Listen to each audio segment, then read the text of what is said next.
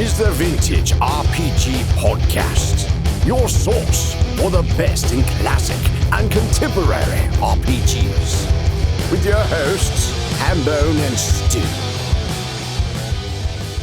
Welcome to the RPG Podcast, coming at you again from the clubhouse hidden somewhere in the swamps of New Jersey.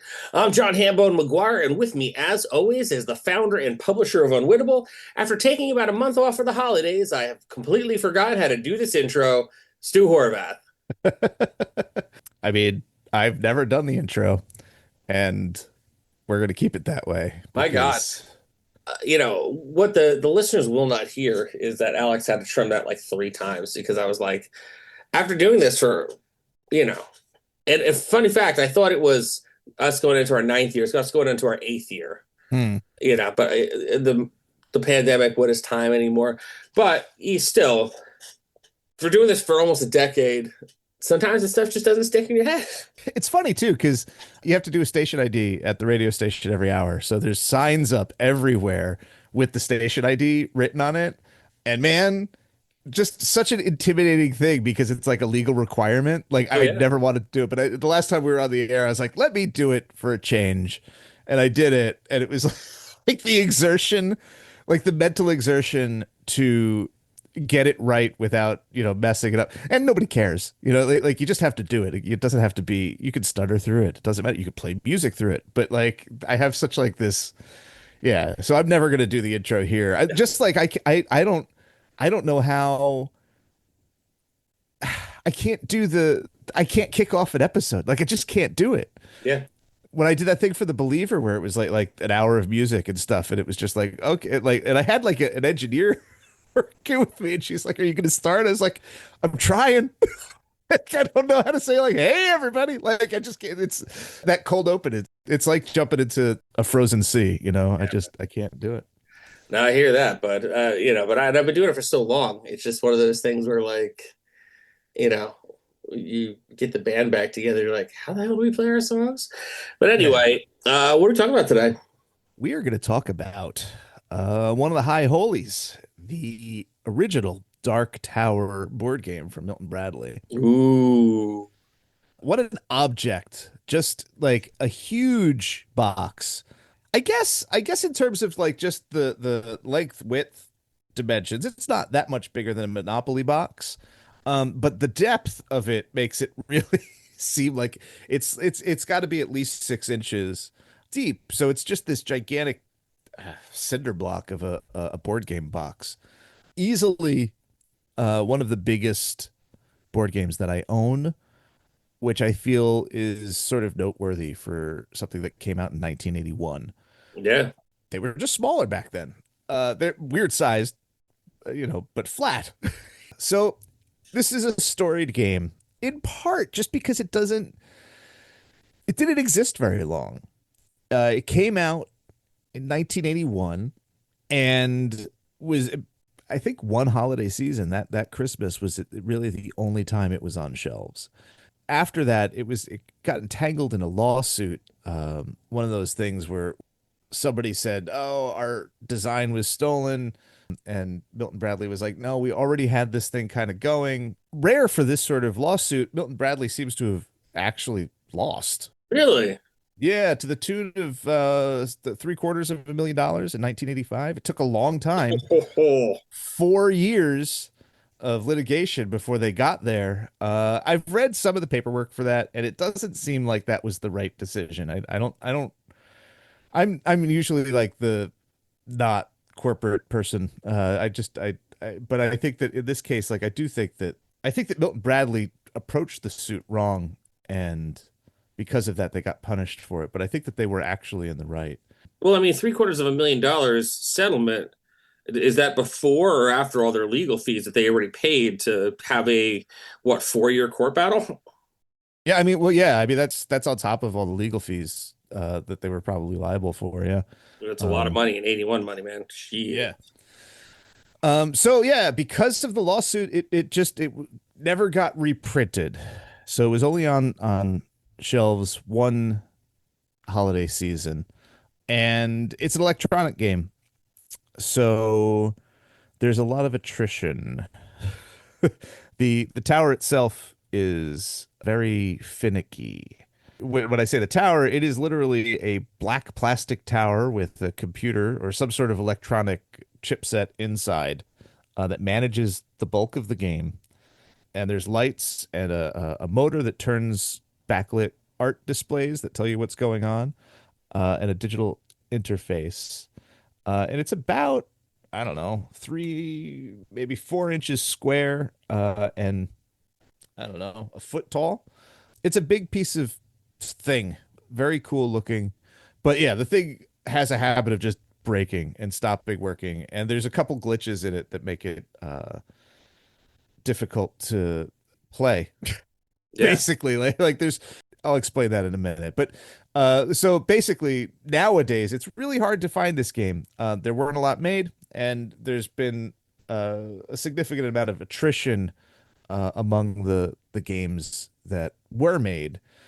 Most of them, I mean, if you're looking at, like, I don't know what the price is now, but for years when I was trying to get this thing, we were looking at like $300 to $400 for Oh, a yeah. second hand version. If you have one with a broken tower, it's usually significantly less, but there are enthusiasts who do repairs. But it's like $150 to get the thing repaired. Yeah. So even if you think you're getting a deal for, oh, I found it for $150 with a broken tower, you're still probably going to wind up Spend another 150. spend it up to 300. So all this said, I finally got one. One of my followers had one. He was just like, I got to get rid of this thing. It's too big. Do you want it? And I was just like, yes, I will buy this from you, because he guaranteed that it worked.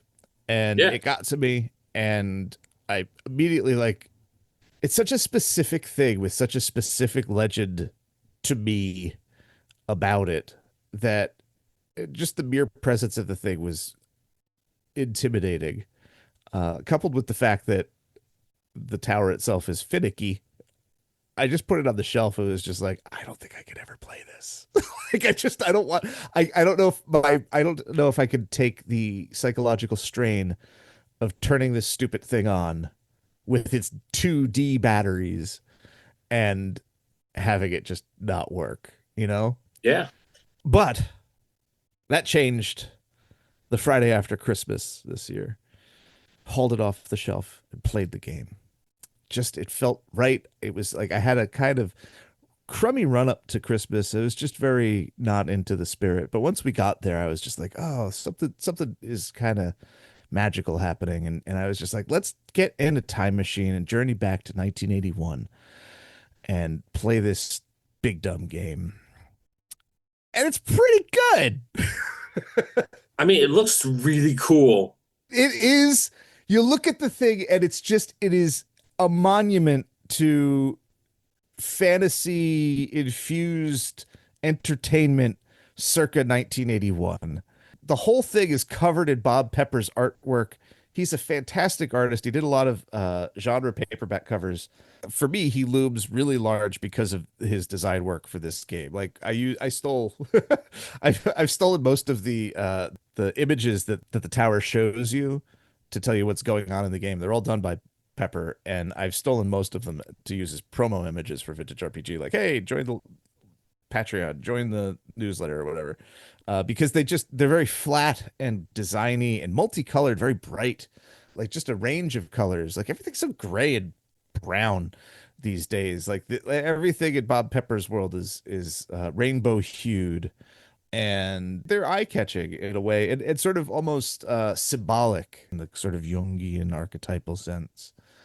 It's interesting that you say that. I definitely, as I look at modern art more and more, right? You kind of become used to, like, what is the now, I think, and what is has been for like the last like 10, 15 years. But sometimes when you go back and you see those old style of drawings and the old style of, like, it doesn't really seem like it's that much different, per se, artistically. But, like, what you don't get anymore is the grit of the paper on the printing, where you actually, like, you can actually, like, see the tooth of the paper that the thing was drawn or illustrated on, before it got printed out. And I miss that, you know, like I definitely like as I look at like older art and stuff like this, I'm like, oh man, like it just feels, and I'm not in any way like crapping on digital art. You know, people, you know how art is made now, and print and the paper that art is printed on now. But man, that old paper, it just adds such a like realness to it, you know? Well, okay, so a digression here because I have lots of thoughts on this. I have lots of thoughts on this because a lot of people think that I like original D&D art because I'm nostalgic for it, and they're wrong because I like all art from the early 70s and 80s. All has sort of a charm to it, and I think a lot about why I find it appealing and why it's not nostalgic. And it might be nostalgic, but it's nostalgic in a way that people don't think about. I think, and this is part of the what you just said.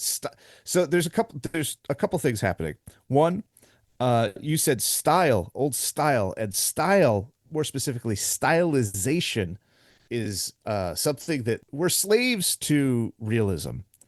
Yes. In just in terms of art, everybody's base approach to art in the modern era is realism. It's in video games, it's in movies, it's in like everything's dark and gray and brown. Is this actually real? I wear lots of color. you know like Yeah. but in our fictional perception of realism, it becomes the palettes have become muted, and that's one thing. Now this was always a problem. We've always struggled with stylization, but there was more latitude for it the further back you go. And Bob Pepper is definitely a highly stylized artist, Oh yeah. but there is also just a flattening of options in terms of materials for production. There were a lot more ink vendors and paper vendors 40, 50 years ago than there are now. Yeah. There were a lot of different options for how to print things. A lot of manufacturers had internal facilities where they would make their own boxes. Avalon Hill, famously, a lot of their printing, all their products, they had their own presses. That's one of the things that made them a strong board game manufacturer, is that they could put, and also drove their prices up, but they could do these things. And now so much of that stuff is outsourced to a couple facilities that do it a similar way. So you look at the range of role-playing books right now, and there's only like 3 or 4 suppliers, and you could tell because all of the physical qualities of the books, the format, are the same. All the 6x9, the digest size books, like Yeah. there's only 3 people making those. So there's only 3 variants in terms of the materials and the textures of what you're holding in your hand, the physical object.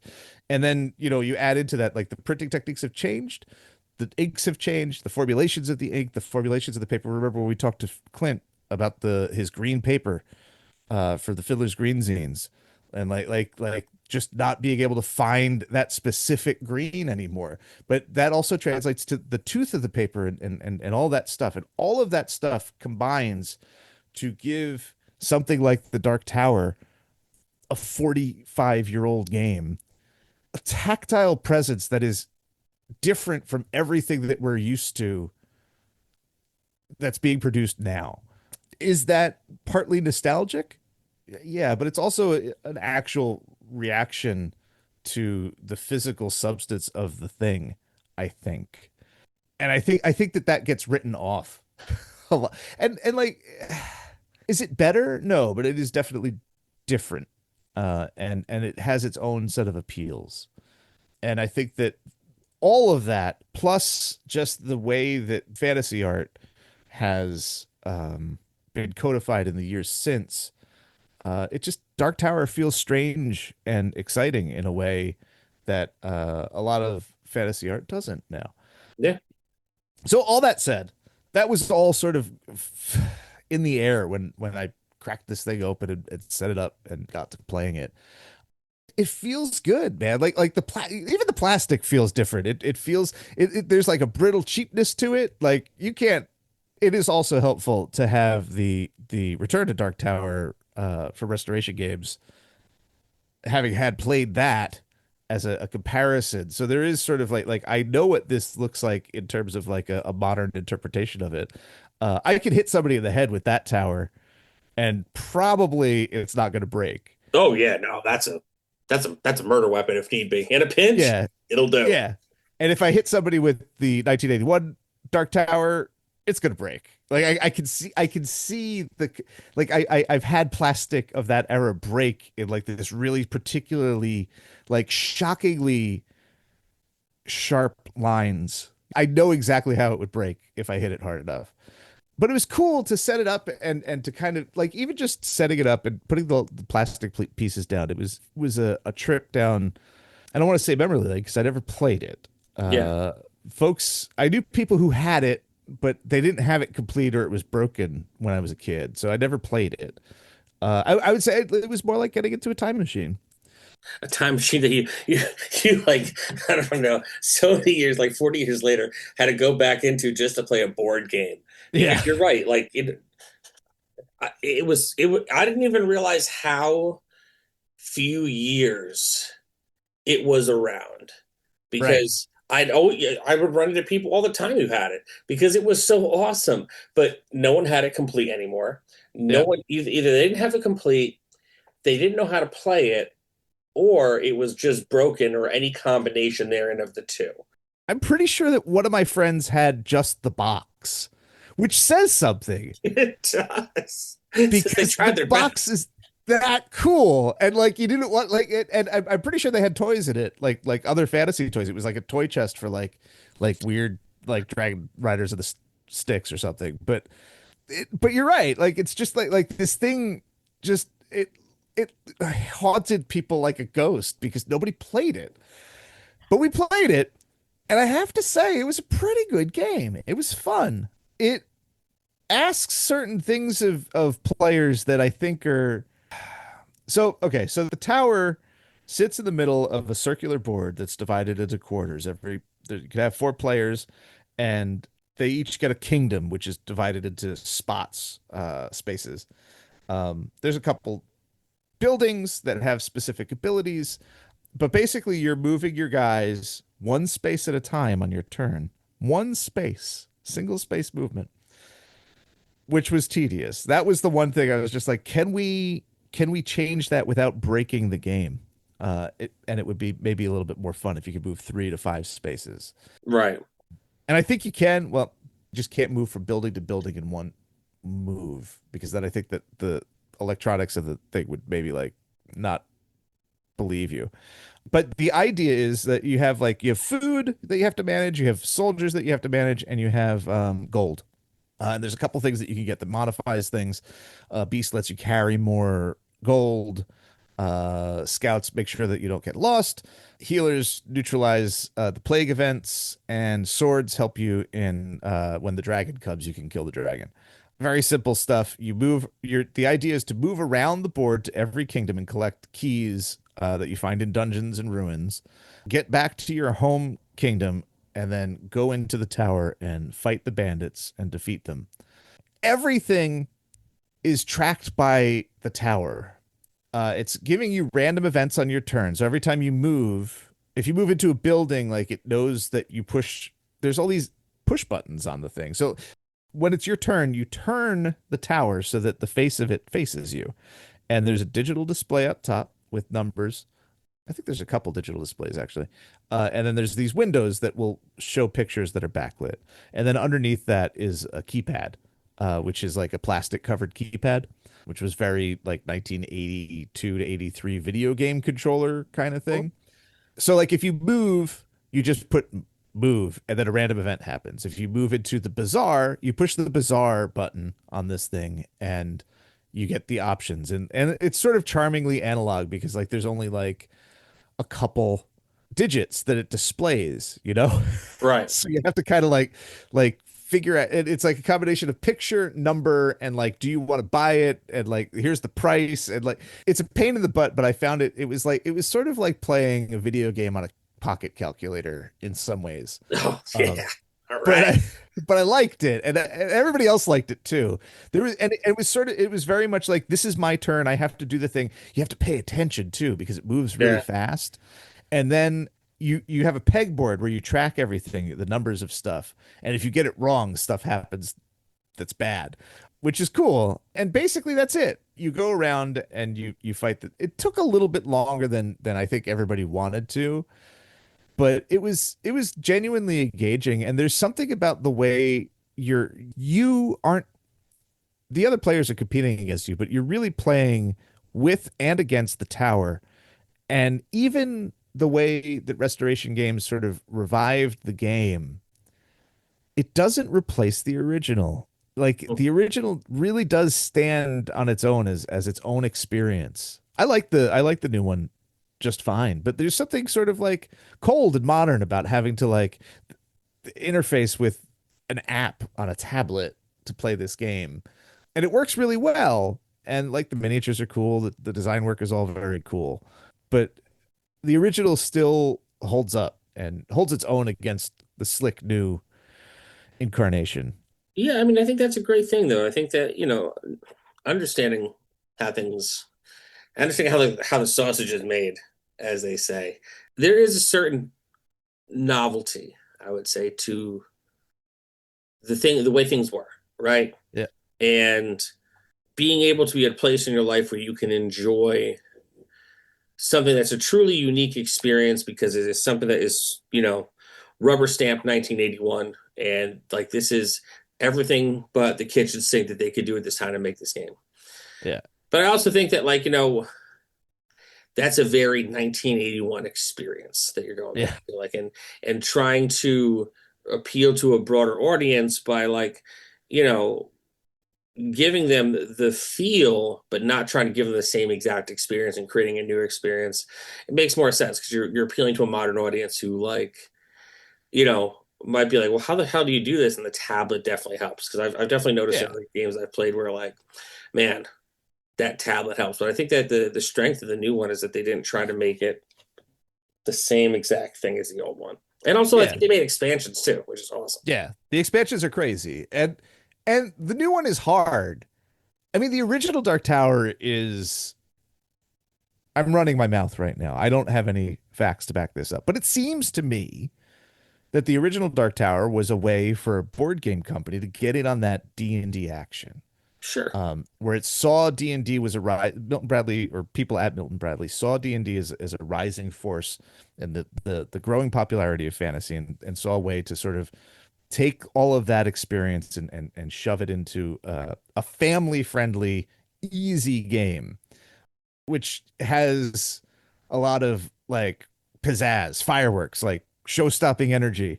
And I think that the contrast there is that the new one is doing the same, but it is less interested in being family friendly because it knows that there's a large enough audience of like nerds who want a more complicated, more enriching kind of fantasy board game adventure experience. So it can be a little bit more complex and convoluted and toothy in that mechanical way. I think that Dark Tower anticipates in some ways the later crossover appeal of like a Hero Quest. Yeah, I definitely agree. But also, like, can we take a second to acknowledge that even for like 1981, this was a big swing for a game company. Oh yeah. Like when you think about it, if anyone, dear listener, if anyone has played Mall Madness, right? Mm-hmm. You have one little box that you hit a button, it does a very specific thing. Mm-hmm. Like any kind of like, game that you play where you have to hit a button and something talks to you, it does very specific, very light lifting. Like this was something much, much more grand than that. And I mean, granted, fantasy was pretty hopping at the time between like, what's happening in cinema, Dungeons and Dragons and all that stuff. But like, it's not like, and again, this is the 80s when people were like, oh, let's just build Castle Grayskull because that's just like a plastic mold. Like this is a lot more involved than just a plastic mold and a voice that says 1 to 4 statements, Yeah, I mean, this thing tracks the movements of everyone in the game, and it does it accurately, and it randomizes events, and like it does screw up. There's a glitch that will and one of the players had this. It was still fun for them, but at a certain point, they were just like, "This game is broken, and we're not going to be able to play it. Like, we're not really playing the game. You can't get the dungeons don't generate keys for you, and because you need the keys to get into the castle, it's just like well, and you can't even go farther into the world. You're stuck in the first neighboring kingdom." But it's still very impressive. It plays music too. It has all these sound effects and musical effects that I thought that this was super interesting because you're looking at the screen. The other players don't necessarily know what's going on, and the wizard could curse them, by which you get a bunch of their stuff, but they can kind of learn what is happening to you by listening to the sound cues. So they can't see it happen, but they're still getting clued in if they're paying attention and are interested and know the game well enough. And I think that all of that is just sort of wonderfully designed and executed. It's huge. I can't think of a comparable board game in terms of like size, the way that like, I mean, we're American. We big things impress us, you know? Oh yeah. And it's a showstopper. I can't imagine something comparable being on the market from a mainstream, like general toy producer. Like you have to have a Restoration Games put out something to like a nerd audience, you know, on a crowdfunding platform to get this thing made. Like this thing was put into Toys R Us.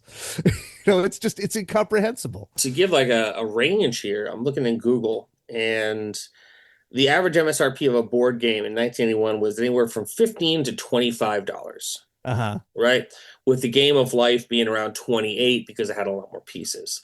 This thing was about $55 to $65. Jeez. Which is, you know, on the high end, it's like double what it would be. But then again, you look at it and you're like, well, this is sure not Monopoly. Yeah. You know, which is definitely funny because like you're looking at it back in 81, you're looking at 55 to 25, 15 to 25 for average board game price.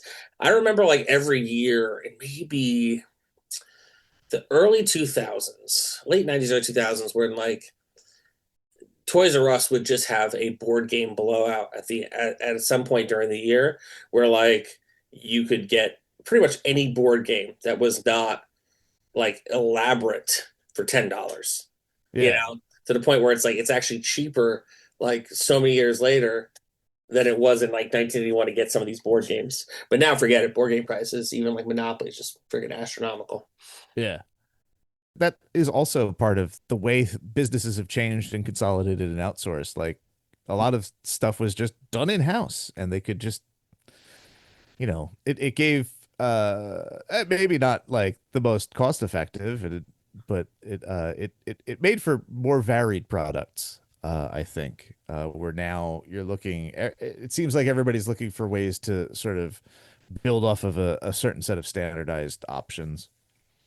Oh, I would be totally negligent if I did not mention the main advertisement for the Dark Tower that ran on television features Orson Welles. Oh yeah. And it is amazing because I mean, this is my impression, but I don't think that he gives like he's acting is the thing. Chewing the scenery. But it's very clear to me too that he has not ever played the game and is only dimly understanding like what it does, and like it's I think it's amazing. Like it was just a total cash in. But he seems to be having a lot of fun too. I don't know.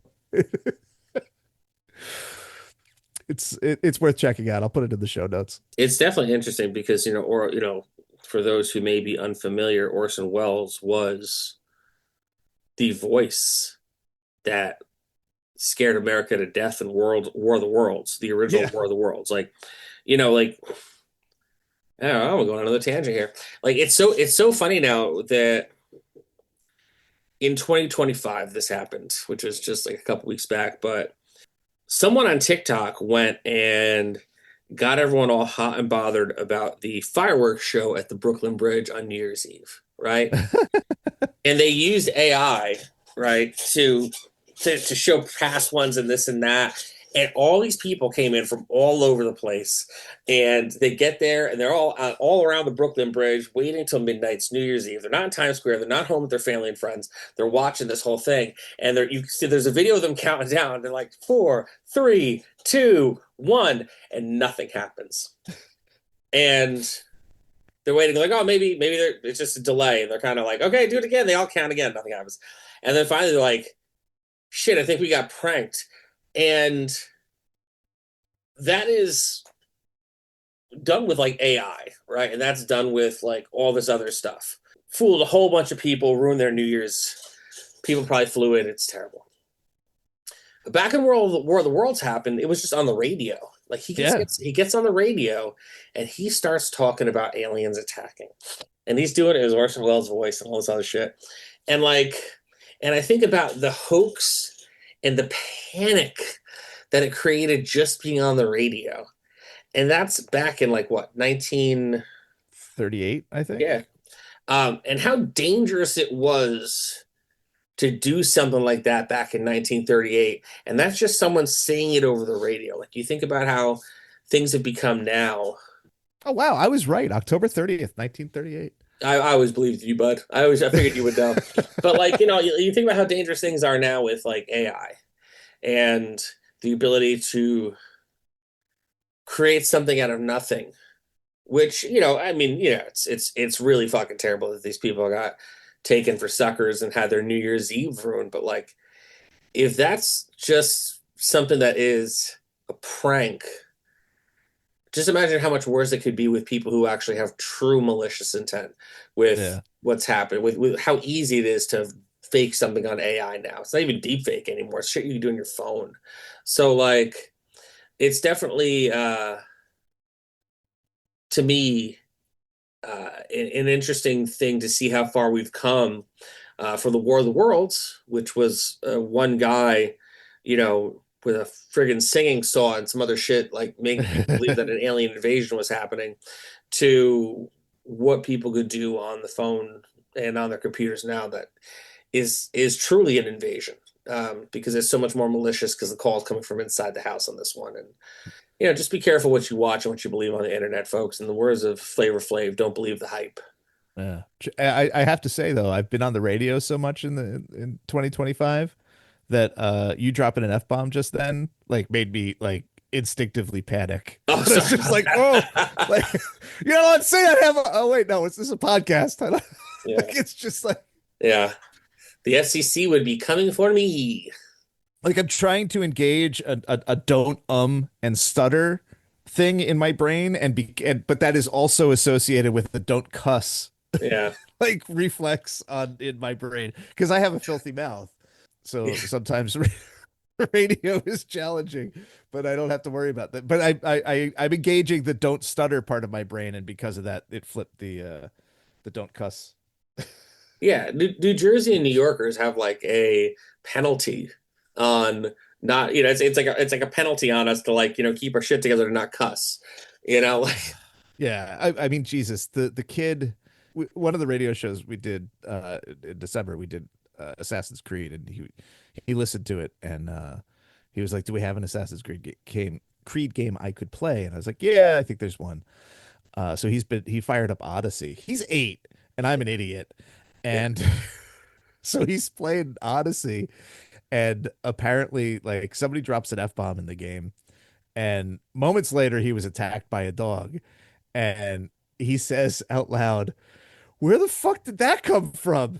And Basie's sitting there right now being like, "What did you say?" And he's just like, oh no. Like, it's just like, it was just pure reflex.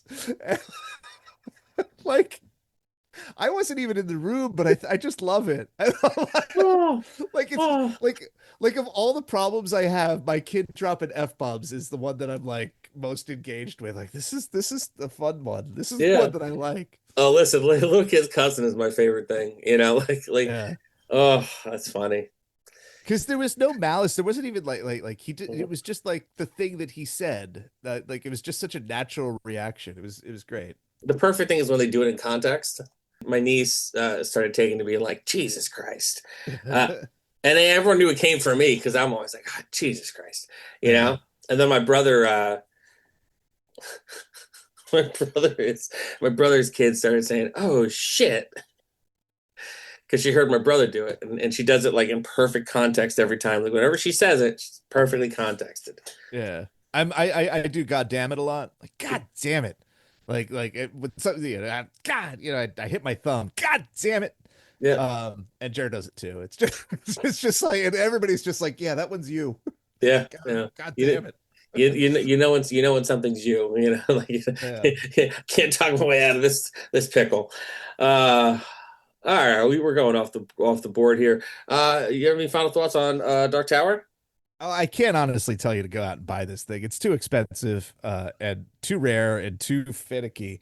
I'm sure that there's simulators online that you can maybe dig into and try it, to get the broad experience, but you will be missing out on the physical component, which I do think is sort of a necessary part of the true experience on this one. So if you have the chance, snap it up. I bet somebody brings this thing to conventions sometimes. If you see it in the events, and you have a chance to sit at a table and play this thing, I heartily recommend that you do it. I don't think that you'll be disappointed. Yeah, it definitely always felt like a necessary to sit around a table and kind of play thing. And maybe it's in my brain, that's why they never really made a. And I could be wildly wrong about this. I might get an actually from somebody, but I don't think they ever made like a digital video game version of it. No, I mean there might be like a serial numbers filed off version for the web, and then there's that game, Tabletop Simulator. It has like everything under the sun that you could fire it up if you could figure out how to play Tabletop Simulator, but I can't. So Yeah, that door is closed to that's me. that's different though. Like also subsequently tying it into other interests that we have. Orson Welles, also the voice of Robin Masters on Magnum PI. That's true. Yeah. Yeah. And yeah, it's such a great late career appearance by him. Because he was sort of notoriously without fucks in the 80s. Did not give a But single it's shit. yeah, and it's just funny. Check it out. All right. Yeah, so this is another amazing episode of the Vintage RPG Podcast. Dude, where can people find you on the internet? VintageRPG.com. There is a post about this coming up in March. I had written about it prior to playing it, so you'll get my existential, like, I don't want to play this when that posts, because I'm worried it's going to break. So you can compare it to the post play podcast recap. Yeah. And now the post play is, man, I'm glad I did. So you get the alpha and the omega of the Yeah. experience. You can find me across the internet at John McGuire RPG. And if you want to pick up any of my books, anything that I've been involved in writing, any of the games that I've been privy to, you can get them at hamandeggpublishing.com. It links directly to our Etsy, which is great because you get it directly from your old buddy HB. I will pack it by hand. I will send it to you in the mail. We got some cool stuff up there now, new for people to check out. Some cool anthology zines with my friends, people from the Mystic Punks, people from WHPA, Tiger Wizard, as well as Neon Lord. So it's some very fun stuff to check out. I will say this, going back to the thing about like, the old ways, one of the things that I've done, and I encourage people to maybe think about doing, to try to really like break up with my phone. So I got a camera. I bought a little point and shoot camera from CamSnap. Mhm. And I've just been taking pictures, just kind of having it in my hand instead of my phone, just firing off pictures here and there. And you can put like, essentially it's just a digital disposable camera, but you don't want to dispose of it. You can spend like $60 on it. But it's the shape of like a disposable camera, and it takes like old looking pictures, and you can Nice. upload a filter. You get filters for it. So you can get like expired film or like noir or whatever. But I've been telling people that I've been having a real good time with it. Just walking around places I've been going, just shooting some pics, firing off something here and there. And it's prevented me from having my phone in my hand as much, which I think has been great. So definitely think about checking that out. If you like the show, don't forget to rate, review, and subscribe. Your reviews really do help other listeners to find us. If you really like the show, why not become a patron? Patreon.com/vintagerpg. We got a behind-the-scenes look at stuff Stu's working on. Stu's got his weekly watch-along with Millennium. Oh, hey, Stu, are you doing West Marches this year? So we are currently on hiatus while I write the rest of the campaign hexes. But I'm experimenting with some stuff to sort of play by post stuff with the settlement and the downtime systems and the lore of the game with a point system play by post. So you can still get in on it. It's not it's not old school essentials right this second, but we'll be back to regular play in February, I think. Very cool. I'll be picking back up my 1-900 fantasy game. It's had some hiccups, some time in between posts, but we're going to figure it out. We're going to get it dialed in for the new year. I see what you did there. Dialing. You like it? Yeah. So yeah, that happened on the fly. That was au natural. There was no planning on that. Did you even notice that? Yeah, like that just came out. Yeah, that just totally came out. Yeah, go me. Our Discord community, is something that whether you become a patron or not, you should all consider joining up with. It truly is an oasis from the horrors of the world. We do have a controversy channel where if you need to talk about it a little bit, you can. But by and large, for as long as we've had this community, it has been a truly wonderful experience of people interacting with each other, talking about games, talking about the stuff that they like, the things that they bought, showing off their neat new biz and whatever. I can't recommend it enough. It's truly a peaceful place.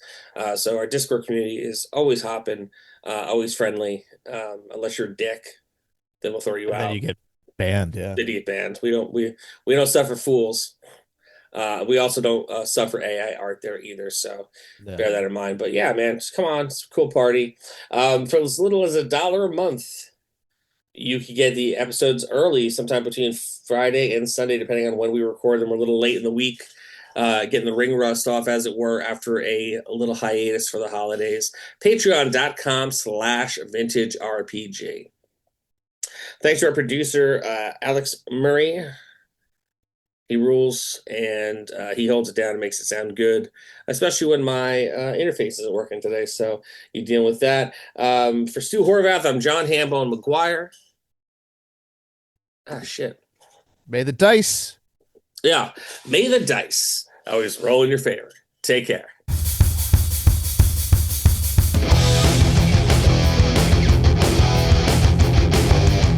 Thanks for listening. The Vintage RPG Podcast is a ham-fisted production. Music by Dead Go West. Art by Schaefer Brown. Edited by R. Alex Murray. Check us out at vintagerpg.com.